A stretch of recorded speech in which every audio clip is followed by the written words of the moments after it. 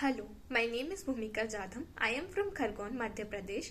My father name is Ashok Jadham. My mother name is Manisha Jadham. My father is a businessman and my mother is a housewife. I have done my higher education from St. Jude's High Secondary School, Khargone. I have done my graduation in Bachelor's of Commerce from Government Post-Graduation College, Khargone. And right now I am pursuing my MBA from Sri Vaishnav Institute of Management, Indore, and my specialization is finance.